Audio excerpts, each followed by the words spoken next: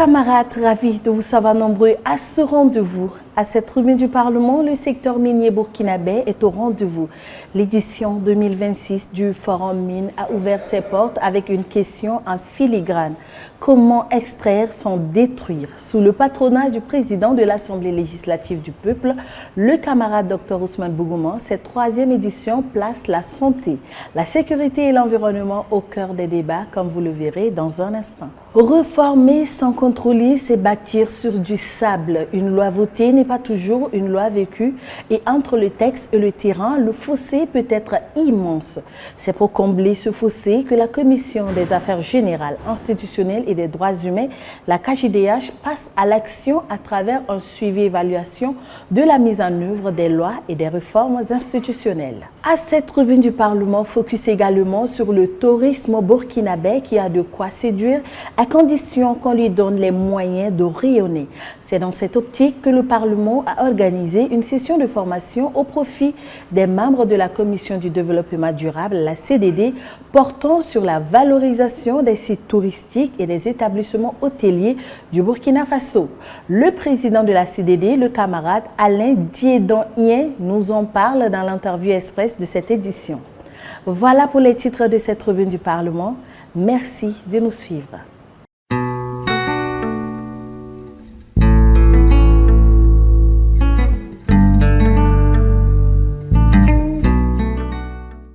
Le secteur minier burkinabé est à la croisée des chemins entre potentiel économique et responsabilité sociétale.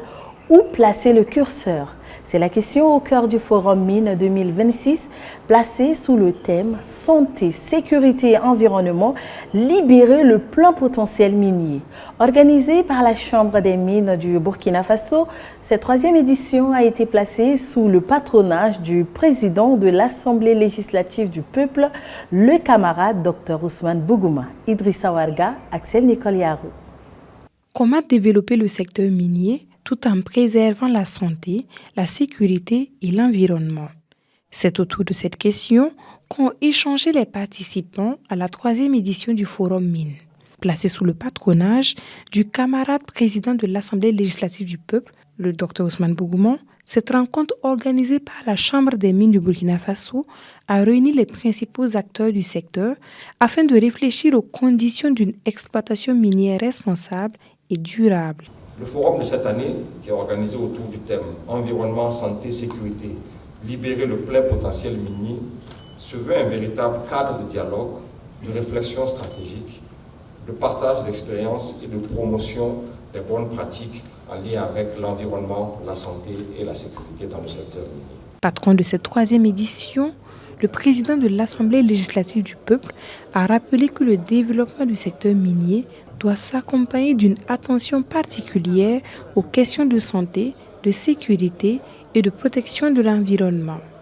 Il s'agit de réfléchir comment développer une activité minière responsable, durable, afin que notre économie se porte au mieux, parce que l'or est le premier produit d'exportation du Burkina Faso, mais l'exploitation de l'or ne doit pas remettre en cause la santé des travailleurs, leur sécurité, l'environnement et remettre en cause le vivre ensemble. Au thème de cette troisième édition, les échanges et les recommandations formulées devraient contribuer à renforcer les bonnes pratiques et à promouvoir une exploitation minière plus responsable au Burkina Faso. Pendant 3 jours, la Commission des affaires générales, institutionnelles et des droits humains, la KJDH, a réuni camarades députés et administrateurs parlementaires autour de ces questions centrales. Comment s'assurer que les lois votées produisent réellement les effets attendus sur le terrain? Comment accompagner efficacement ces réformes et garantir un contrôle rigoureux de l'application des lois? Les réponses dans ce reportage signé Innocent Darankoum et Mariam Badini Diakité. Une loi votée est-elle forcément une loi appliquée? Et une loi appliquée produit-elle toujours les résultats attendus? À l'ère où le Burkina Faso poursuit ses réformes institutionnelles, ces interrogations nourrissent la réflexion parlementaire. Il était important pour nous en tant que parlementaires membres de la commission des lois de nous capaciter sur les enjeux, opportunités et risques liés aux réformes en temps de révolution, mais aussi d'améliorer nos connaissances sur les outils et méthodes de suivi et évaluation appliquées aux lois et aux politiques publiques. Réforme institutionnelle et suivi de l'application des lois. Durant 3 jours, camarades députés et administrateurs parlementaires ont approfondi la compréhension de ces piliers de l'action parlementaire. Pour nous, le suivi a déjà un intérêt de faire connaître ce qui est là. L'évaluation permet donc de corriger les imperfections et faire des ajustements. Et un dispositif de suivi et évaluation certainement aura un impact beaucoup plus important, à la fois pour le Parlement parce que ça lui permettrait de contrôler la matière pour laquelle la mission fondamentale lui a été donnée, mais ça permettrait également au Parlement, dans la mission de contrôle de l'action gouvernementale, d'aider le gouvernement à améliorer les actions à réaliser au quotidien. Les échanges ont également permis d'interroger les fondements et les enjeux des transformations institutionnelles en cours dans le contexte de la révolution progressiste populaire. Pour la KJDH, le renforcement continu des capacités constitue un levier essentiel pour accompagner les réformes engagées et consolider l'efficacité du contrôle parlementaire.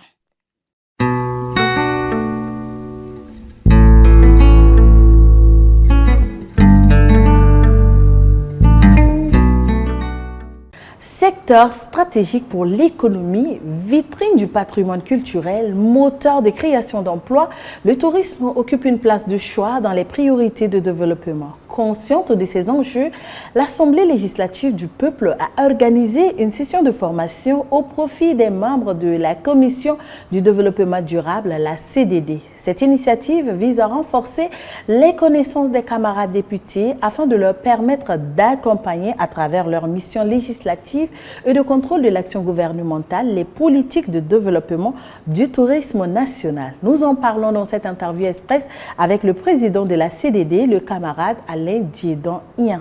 Il est l'invité de Axel Nicole Yaro.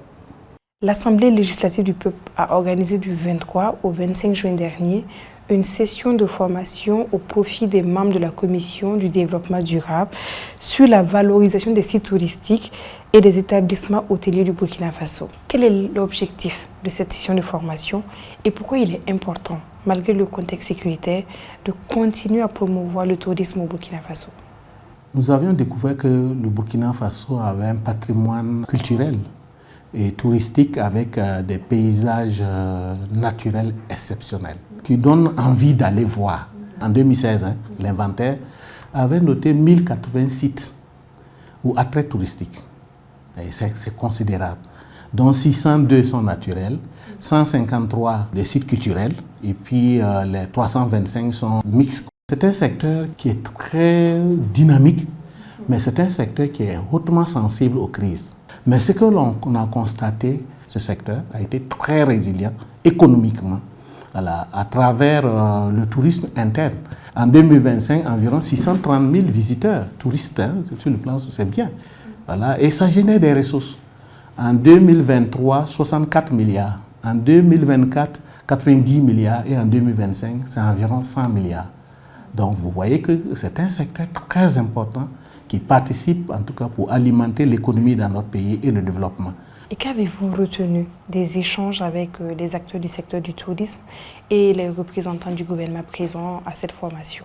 Cette richesse que je viens de décrire a d'abord un gros problème de sécurisation du foncier touristique et puis la préservation du patrimoine touristique. Deuxième gros défi, c'est tout ce qui est en lien avec l'aménagement des sites touristiques.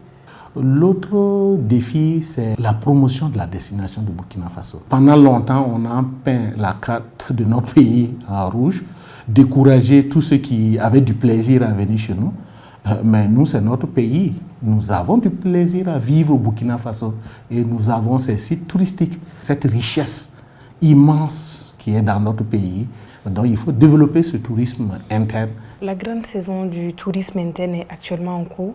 Quel message pouvez-vous adresser aux Burkinabés pour les encourager à aller découvrir les sites touristiques de notre pays? La Commission de développement durable ne peut que recommander ou en tout cas souhaiter vivement d'abord aux camarades députés, au personnel parlementaire, à l'ensemble de nos concitoyens des villes et des campagnes de ne pas manquer cette destination du Burkina en allant dans les localités, dans nos villages, parce qu'il y a vraiment bonnes choses à voir, à vivre, avec la facilitation des hôteliers, trouver du temps, aller avec la famille, manger dans un restaurant, ça crée un environnement nouveau, voilà, donc de convivialité, d'échange, de découverte aussi des mets.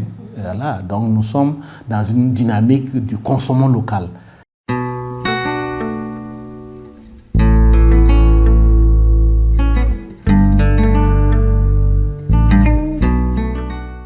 Dans le langage législatif, toutes les lois n'ont pas la même nature ni la même procédure d'adoption. Aujourd'hui, le vocable parlementaire s'intéresse à la loi ordinaire. À quoi renvoie cette catégorie de loi au juste? Quelles sont ses caractéristiques? Le camarade Honorable Bationo, chef de service des relations publiques de l'Assemblée législative du peuple, nous éclaire sur le sujet. Suivez ses explications. En droit, une loi ordinaire, encore appelée loi simple, est un acte législatif voté par le Parlement ou le peuple par référendum selon la procédure classique définie par la Constitution. Elle dicte des règles de droit et s'applique au domaine expressément réservé aux législateurs. Ses caractéristiques principales portent sur 1. Le domaine d'intervention. Au Burkina Faso, elle porte sur des sujets régaliens comme la citoyenneté, la nationalité, les régimes matrimoniaux, les droits civiques, la procédure pénale, l'amnistie, les impôts, l'état de siège, l'état d'urgence, etc., etc. La seconde caractéristique porte sur l'initiative. La Constitution burkinabé prévoit que la future loi soit proposée soit par le gouvernement, cas des projets de loi, soit par des parlementaires, cas des propositions de loi. La proposition de loi peut aussi être d'initiative populaire, c'est-à-dire par le peuple, conformément aux dispositions de la même loi fondamentale. La troisième caractéristique est la promulgation.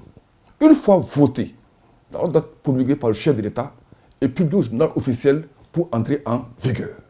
Il faut souligner pour terminer que les lois ordinaires interviennent dans un dispositif encadré par la Constitution et qui relève d'un dispositif bien précis appelé domaine de la loi, qui est bien défini dans la Constitution en son article 101, où il est précisé d'une part que la loi fixe les règles pour certains domaines précis, tels que la nationalisation d'entreprise, la promotion du genre, etc. Et d'autre part que la loi détermine les principes fondamentaux, tels que le droit du travail ou encore le régime de la propriété, etc., etc. C'est sur ces mots que s'achève cette édition de la Tribune du Parlement. Camarades, merci de votre fidélité et de votre attention. Retrouvez toute l'actualité parlementaire en continu sur notre site web et sur nos autres plateformes digitales. À très bientôt.